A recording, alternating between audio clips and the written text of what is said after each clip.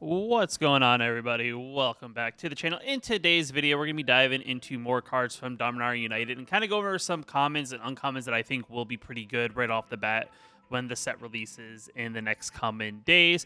Each of these cards kind of brings something interesting to, I think, the overall standard meta in one way or another. Some of these cards are decent replacements until you get maybe the more expensive, rare, mythic cards that will eventually replace these cards in some decks. So I do think there's a little bit of value all over the place within this set.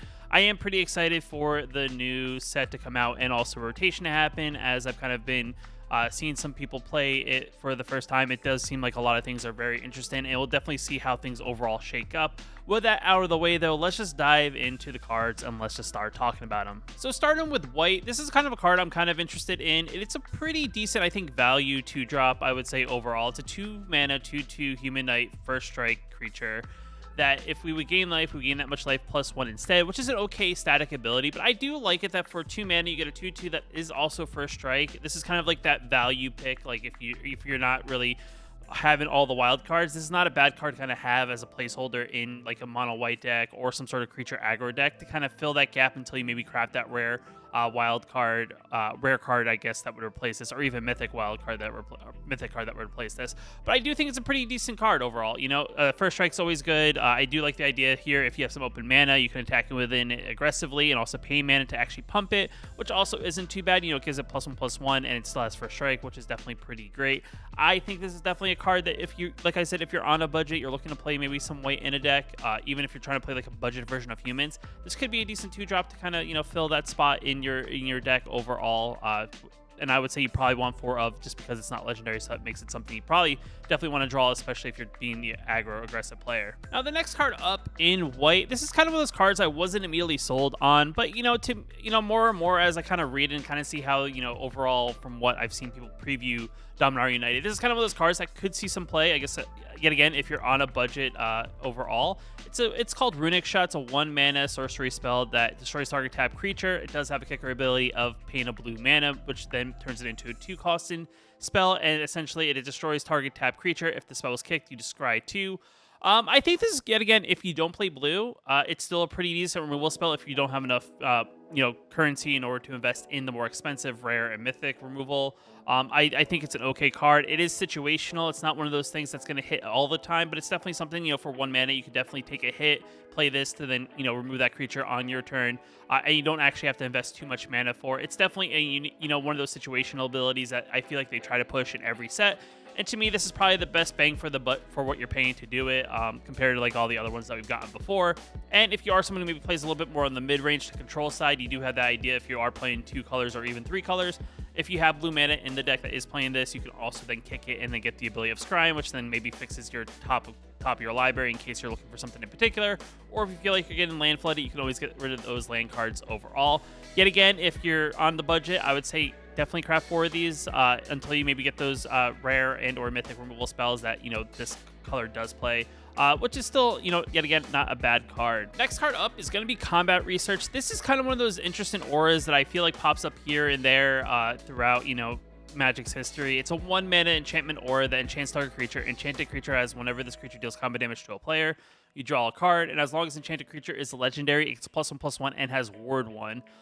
Which is definitely good. Ward is definitely a pretty decent protection, as it's kind of like a static shield that your opponent has to pay 1 additional mana in order to actually target it with the spell, or that spell or ability is countered, which is definitely pretty sweet. I even think, for 1 mana, having it, just giving it to a creature, even if it's not legendary, having the ability to deal damage to a player, draw a card, is definitely still very good. It's definitely one of those things that when you kind of think about it, Security Bypass was kind of like a very similar effect. It does cost 1 more. The benefit with Security Bypass compared to this is that you get to connive, get to draw a card immediately, then also possibly pump up your creature if you discard a non-land card from your hand in order to do so. But I do think this is going to be a card that you'll see a ton of play of. I'm really, looking forward to playing some mono blue tempo.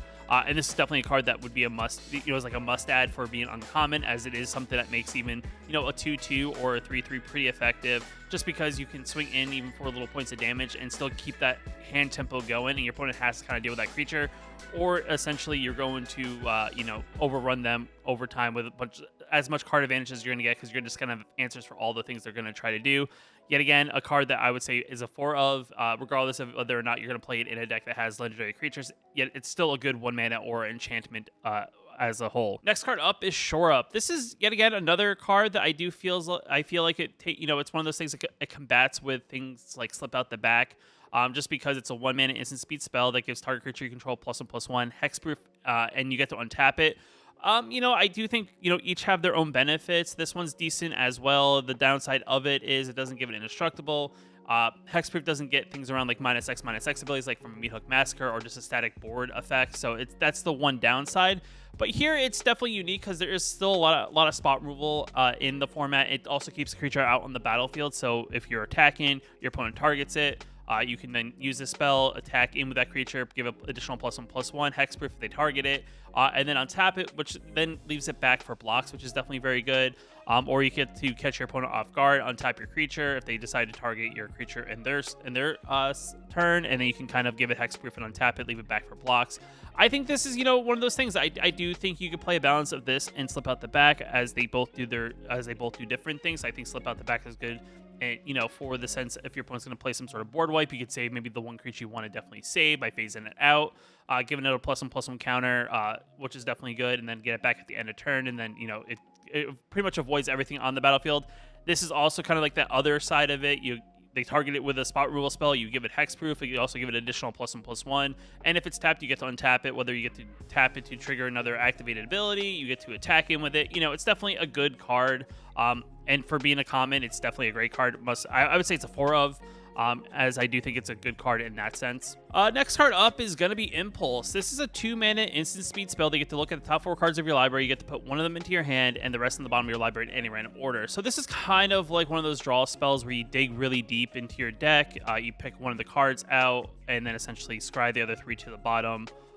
Which is, it's not bad. I think it's going to be good. It's going to be maybe that, kind of blend between, in a way, this is kind of like an expensive iteration. It's not as good in value when it comes to drawing cards because you only get to draw one of the cards. You don't really get to put one in exile, put one in your hand, and then put the other one back in the deck.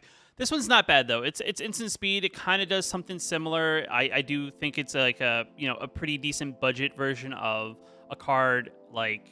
It's kind of like a Memory Deluge in like a budget way. You only pay 2 mana, you only get 1 card. You get to still look at the top 4 cards of your library. It doesn't have flashback, but I still think it's overall a good card. I do think it's a card that you'll see play in either some sort of, is it tempo style deck? You see it play probably in some sort of control deck, because I would say looking at the top 4 cards of your library on the cheap to maybe find an answer is always a good effect. I do think this is yet again another card that we'll see play in competitive and also in budget form, and I would say this is a 4 of if you want to add it to your collection. And I do think it's probably a safe 4 of when it comes to that overall. Next card up is Tolarian Terror. This is another interesting card. It's kind of yet again another budget card. It does fit well in like all those tempo style decks where you're playing a balance of creatures and or instants and sorceries, as it is a 7-mana 5/5 that gets less to cast for each instant and sorcery card in your graveyard. So it starts out as a 7-mana card, could go all the way down to a 1-mana card depending on how many instants and sorceries you play before this thing actually gets casted. And it has Ward 2, so yet again, it's another card I'm very surprised with. It's definitely great value in a common slot. Is it a card that maybe you'll include 4 of in a deck? Maybe. It's definitely something I probably just have 4 of because it is a common. Commons are a little bit more common overall wildcard wise in Arena. There's probably a good chance you also open up a ton of these in packs as well, so maybe not have to craft them. You just open them over the cost of over the time of opening packs. But I do think it's good. It's definitely one of those things we'll kind of see an experiment once I get into Dominaria United, how many I'll include in a deck if I decide to play like a budget is it deck. I do think this is a must add. Possibly getting a 5/5 on the cheap with Ward 2 is definitely a good thing. And I definitely see ways that this thing could already be like a 3 or 4 mana card even before I get it in my hand, or if it's already in my hand, I can see other spells I'm casting to get it to that point that it's going to be a really cheap spell and get good value out of. So easy 4 of, I would say, overall. Moving on to red, we come up with the Electrostatic Infantry. This is a card that it's good. It doesn't look very impressive, but I do think the idea here, it's a 2-mana 1/2 that has trample, which is amazing.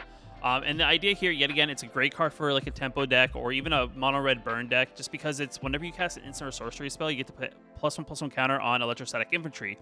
So you could follow this up with a play with fire, you can follow it up with a lightning strike, you can follow up with a bunch of spells I would say you're playing in that style of deck, and this thing can get out of hand pretty quickly. And then on top of that, you either directing those spells at your opponent's creatures and or their face, and then the fact that this thing has trample and it starts getting a couple counters on it, it's definitely going to be hard to block it, as they can't just throw something like a 1/1 in front of it and chump it.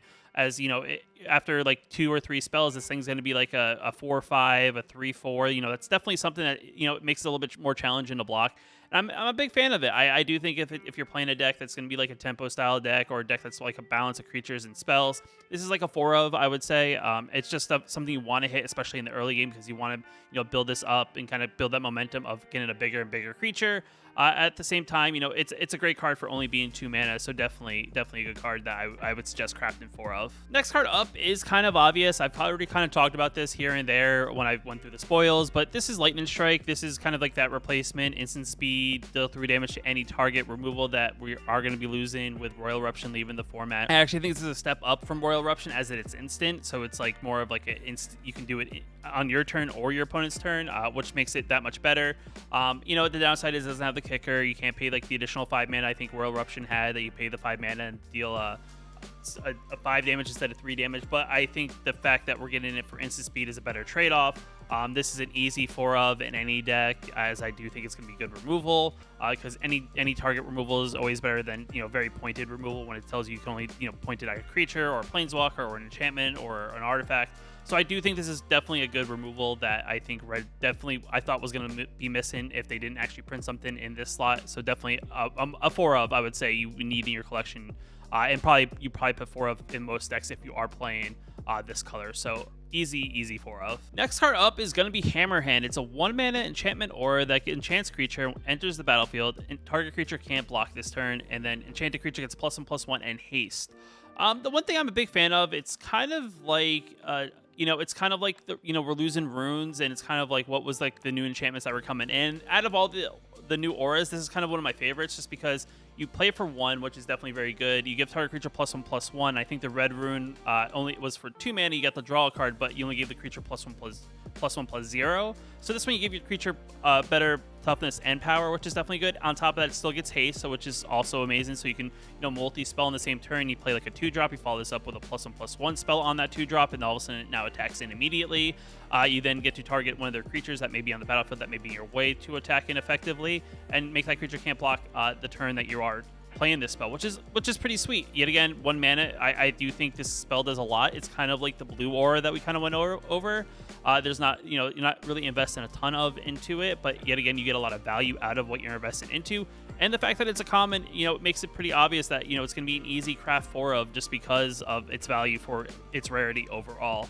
Definitely a good card. You'll see probably a ton of play of in either tempo decks or even aggro decks that are playing red. Next card up is Phoenix Chick. It's a 1 mana 1/1 flying haster that can't block. Whenever you attack with 3 or more creatures, you can pay 2 mana. If you do, you get to return it from our graveyard to the battlefield tapped and attacking with a +1/+1 counter on it. So this card's good in 2 ways, right? It's an initial aggressive, played on turn 1, it hit for 1 point of damage. If it dies at some point in the game, you can then attack hopefully in with 3 creatures later in the game, pay 2 additional mana, get this back, and then it's a 2/2 that's already automatically attacking. And there's definitely a lot of ways in even the rotated standard that you can still push aggressiveness board states and get additional creatures on the battlefield that are attacking to then trigger this ability.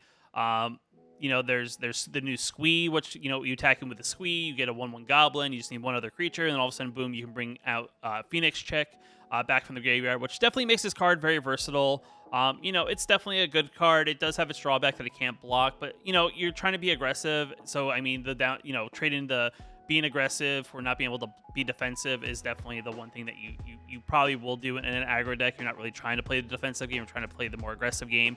And I do think, yet again, if you are playing like an aggro deck or a deck that plays red that you're trying to be aggressive with, this is probably an easy 4 of, just because there aren't really too many other options in that 1 mana slot that I do think do anything that much better. I think there's the Ronin from Kamigawa that kind of it's a 2/2 for 1 mana, but you have to bounce it back to your hand every turn.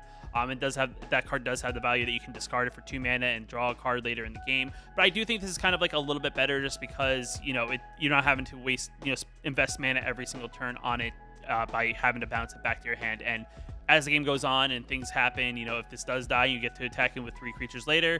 You get to bring it back and still have it tapped and attack, and it's 1 more mana stronger, which is definitely good as well. So definitely, I would say it's a 4 of overall when it comes to adding it to any aggressive aggro decks. Moving on to green. Now this card caught my eye right off the bat. It is Tail Swipe. It's you know, it's kind of like maybe that new replacement for Blizzard Brawl. You know, it's the 1 mana fight spell that we're losing come rotation. This one's not as good as it doesn't give your creature indestructible and you know, give it, but it's still a fight spell for only 1 mana. The upside with this one is that it's an instant speed, whereas, you know, Blizzard Brawl was a sorcery speed. The other thing here is you can do it on your opponent's turn. It's just a fight spell. If you do it on your turn during your main phase, target creature you control gets +1/+1 to end a turn, and those creatures fight each other. So I think that's the one benefit to this card. It's a very cheap, you know, pointed spell that green, you know, I feel like, you know, sometimes is lacking. Given that additional ability of giving a creature +1/+1 to end a turn is definitely good, and there's no, you know, requirement of having X amount of lands out of a particular type. It's still very good. You know, it's not technically a Blizzard Ball. Maybe it's not as good as a Blizzard Ball, but it's a decent replacement, I would say, overall, and it definitely has a little bit of versatility because it can be played on your turn and or your opponent's turn, which makes it you know, a pretty versatile card overall in general for only being 1 mana. I would also say this is probably a card you want to add 4 of in your collection, just because if you are going to play green, this is probably something you want to have as your way of removing. As after that, there are a lot of 2 mana cards that either make a creature deal damage or they are also fight spells, and I do think this is probably even the better out of all those spells just because it costs 1 total mana less. Next card up is going to be War Stalker. This is a 1 mana 1/1 that whenever another creature enters the battlefield under your control, it gets +1/+0 to end a turn. And the reason why I like this card, as you know, it's one of those things, depending on what type of deck you are playing and what your budget is, it's kind of like one of those cards that can fill a lot of, you know, holes in a lot of decks, just because a lot of the, you know, green is, you know, yet again, just like other colors, you know, it loses a little bit in that 1-drop slot. This is definitely not a bad card, I would say. It's not a card that you're, you know, it's very, you know, it's not going to, you know, overwhelm your opponent, but it's definitely a card that if you have a decent curve, you play this on turn 1, you follow up with a turn 2 creature play, this now can swing in on that turn 2 as a 2/1, which is definitely not that bad if you can somehow line up multiple creatures on a single turn. This card's going to get that much more power, as it's not an ability that triggers only once a turn. It can trigger as many times as you are playing creatures. And it's also the fact that whenever a creature enters the battlefield, it's not whenever you cast a creature. So it's like if you have another way to produce other tokens or creatures, you then can also give it additional +1/+0 with those triggers.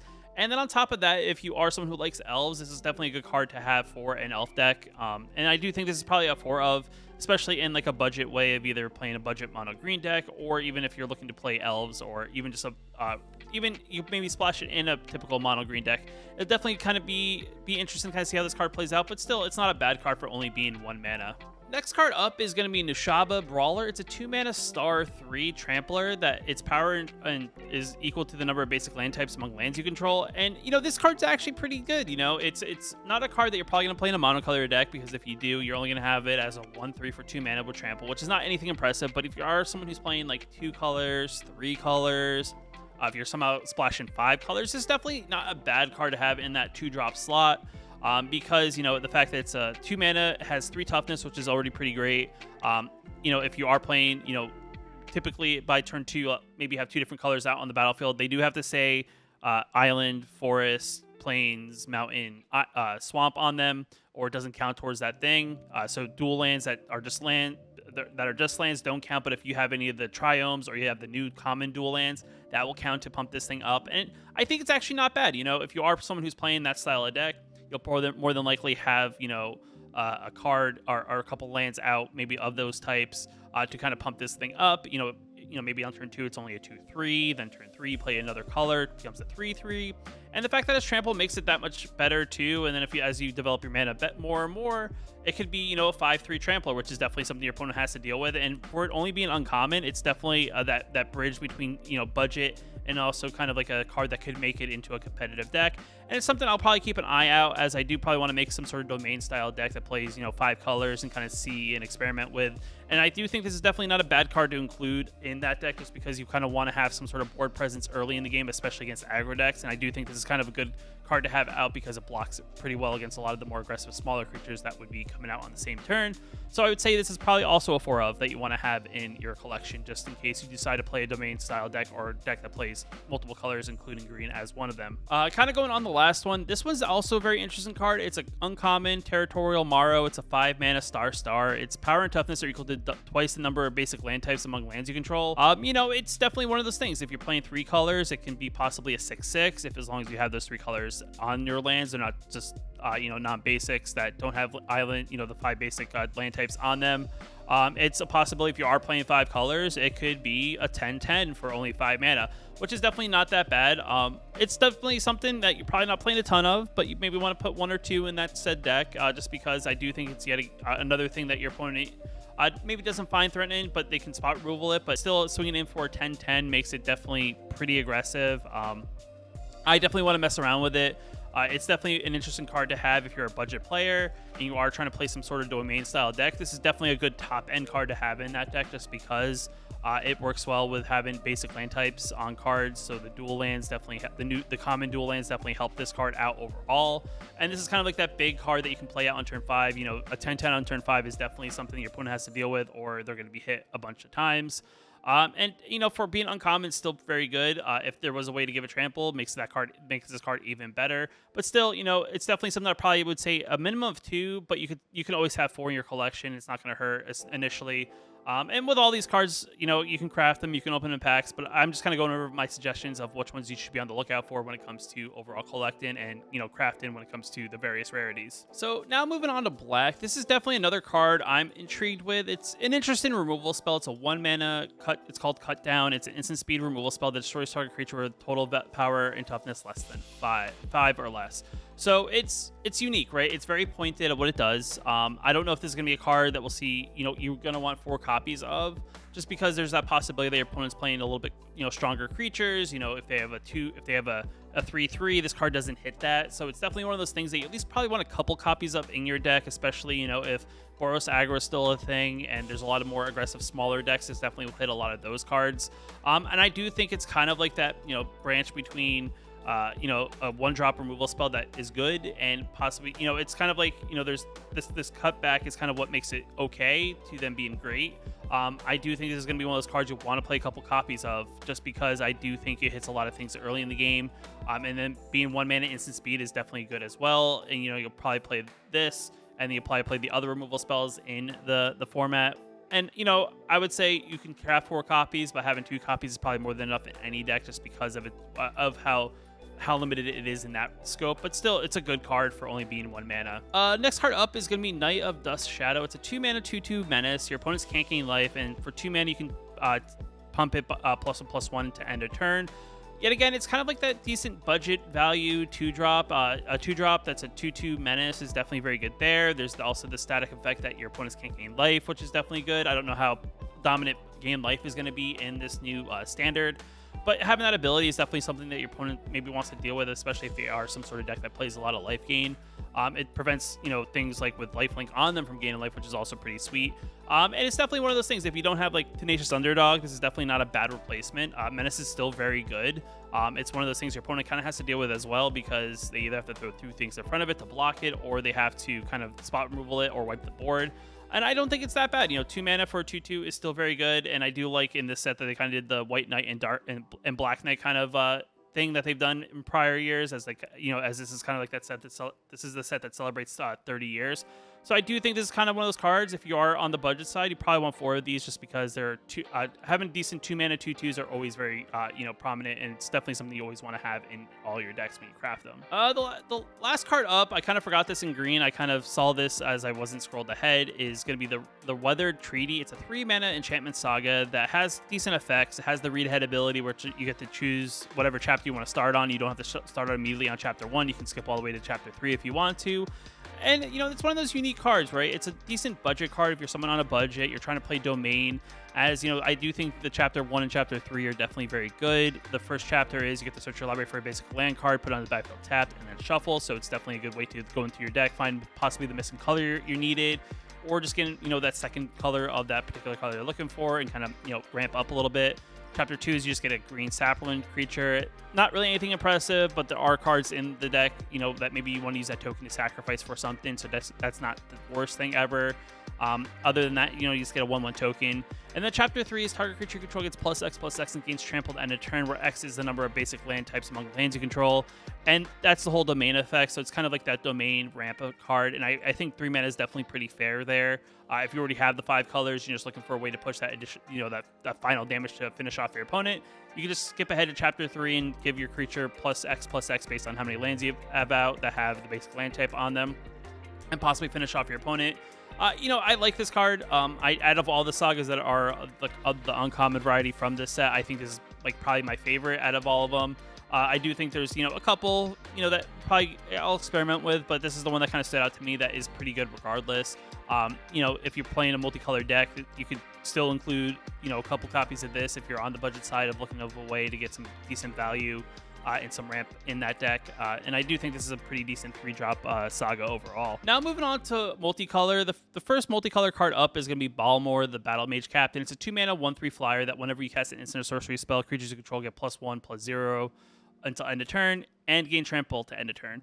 So this one's really good. The one downside, it doesn't have haste, but it's a 1/3, so it can be spot removal by like a lightning strike, but it's definitely a card that if your opponent doesn't get rid of it, it's kind of like a card that has a built-in Magecraft effect, because giving your creatures +1/+0 and trample until end of turn, and it's not just one creature, it's the whole team. So this one's really good for only being a 2-mana card, I think, especially if you're on the budget, like you play like a budget is a tempo. This is definitely, I would say you want to have at least 3 copies of this card in your deck, because it's one of those cards you kind of want to play on curve as well, because then it sets you up for success later in the game. You can wait, maybe you play your dwarf guy that has trample and gets +1/+1 counters on it every time you play instant sorcery. First, you play this on turn 3, you then follow it up with like a Consider or something like that. You pump your team, you're swinging it for big damage. This card's really good. It's definitely going to be a card you'll see pop up in those kind of is it pile decks. I'm also working on some budget decks.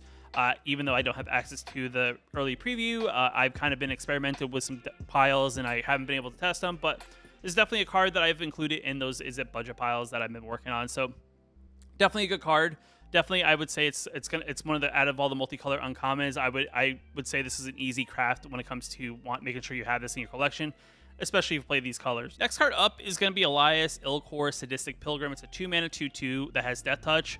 Whenever another creature we control enters the battlefield under our control, we gain 1 life. Whenever another creature you control dies, each opponent loses 1 life. So I like this card because it's kind of like an interesting like Innkeeper effect, but in the Orzhov colors, which is decently pretty good. It's kind of, it has Death Touch, so your opponent's not really going to want to block with it unless they really want to get rid of that effect. I do think it's good overall. It does a lot. There's definitely cards you could pair along with this that definitely can make this card pretty decent. I think the White Knight's pretty good here, which is overall going to help you as well, because the White Knight would let you gain 2 life, which is going to make this card that much better. I would say it's an easy, you want to have at least 3 of in your collection if you are going to play it. You could possibly play 4 of, because it is a 2-drop. You want to make sure you kind of draw it in your games, but there's the redundancy is with Legendary is that you can only have 1 out on the battlefield, but still it's an overall very, very good card. I think, for being a 2-drop, it does die to removal, but most cards die to removal for the most part. And it being a 2-drop makes it, a pretty decent card that you can, kind of put in most decks, and kind of it will work out for overall. And the next card up is going to be Queen Elano of Runic. It's a 3-mana green double white that has power and toughness equal to the number of creatures you control. If 1 or more creature tokens would be created under our control, those tokens plus a 1 white soldier are created instead. So this is kind of one of those unique cards that I think will be very good if you're a person who's playing around token generation, like a wedding announcement. You have like a Ginny Fae, Gala Greeters. So it's definitely kind of one of those things that I kind of see that we'll see some play in one of those decks, just because you create a token with Ginny Fae, right, from like a Galagritis trigger. You have this out on the battlefield. You get the Galagritis trigger that creates a treasure token that turns into a dog token that creates a 1/1 white soldier creature token that could turn also into like a dog or cat token. I do see there's a lot of possibility, and the more creatures you can get on the battlefield will make this card that much better. There's also the Hideaway enchantment that whenever you attack, you get X +1/+1. You get X 1/1 citizen tokens, and then all of a sudden you create, those X citizen tokens plus the additional 1 white soldier creature token, and this card then becomes that much bigger as well. I definitely, it's one of those cards I'll experiment around with, but I guess if you are someone who's playing creature tokens, you are playing these colors, I would say this is an easy 3 of to have in the deck, if not 4 of, just because you want to make sure you kind of draw this. You kind of want to have a replacement, because I do think this is one of those cards that your opponent will target with removal if they are trying to remove things on the battlefield. But overall, it's a great card for being uncommon, has a lot of versatility, I would say. Even if you don't play tokens, like a bunch of tokens, but you play like creatures that create tokens, like you have an Adeline or something like that. You still get an additional 1/1 soldier creature token on top of the 1/1 that you create when you attack. So it's a great card. It does a lot for it only being 3 mana and also being uncommon. And the last cards I kind of want to mention that I feel like these are cards if you're a budget player, you want to have these in your collection, as I think these are pretty decent dual lands. It's not technically a triome. It's like it's a biome, which is it's kind of like 2 lands in one. These are great because not only are they're non-basic lands, which is, the one downside, but they are lands that count as, a land type, whether it's island, mountain. And these are all based on the pain lands that we have in the new format. So if there's a pain land of it, there is also a tap dual land common version of that said land. But the upside is that these lands have that basic land type on them. So these will help you with your domain. I do think even if you are someone who plays like a more aggressive, like a higher budget deck, that you're playing like triomes, you're playing, various lands, you could also include these as well, as I do think these are decent branch, lands that you could get that additional color. They're not as good as triomes because you can't cycle them, but they are good for being just commons, and that they do count as the land types that are printed on them, which is definitely great if you are someone who's trying to play the domain style of triggers. And like I said, budget lands are always good, and I do think these are definitely good. I probably would even play these over the ones that would gain you life, possibly over the ones that draw you cards. Find that balance, especially of what lands you play. And I do think from what I've been seeing, it does seem like it's kind of like that, it's still an aggressive format, but I don't think it's as aggressive maybe it once was that we're just coming out of, as I do think we take like that step back, and you can take some time and play a tap land and not really have to worry about dying in like turn 3. Though I would say Boros Aggro is still lurking around, and there are other aggro decks, but I don't think they'll be as aggressive as they are currently pre-rotation. And I do think these lands are definitely good lands to have, whether you are a budget player or just a player who plays decks of various budgets. So I would say all 6 of them, I think there are. I would say craft all 4 copies of each just to have in your collection. If not, hopefully you open a bunch of these in your collection, have them on hand in case you want to play budget dual land style decks. And that's going to do it, for the commons and uncommons. I know there's a bunch of other ones, and it's one of those things that until I probably, dive into the set, I won't really realize some of their potential until I really start to get to experiment with them. But if there's any, commons or uncommons that I missed, let me know in the comments below. I always like to hear what you guys think. If there's cards that I missed, or if you guys have other opinions on certain cards, let me know. I'm very excited. I can't wait for Dominaria United. It releases in a couple days from the recording of this video, so I can't wait to dive in on launch day. Hopefully the servers aren't wonky. We can play some games, experiment, open packs, do all the stuff. And I just can't wait. It's not just Dominaria, it's also rotation. There's a whole bunch of things going on. But if you like this video, guys, hit that like button. It definitely helps out a lot. If you're new here, you want to post new videos like this one here on the channel, hit that subscribe button. And until next time, I'll see you in the next video. Just want to give a special shout out to the channel members here on my YouTube channel. You can also become a channel member yourself down below the video, hitting that join button. It definitely helps out a lot, and I just appreciate you guys for your support.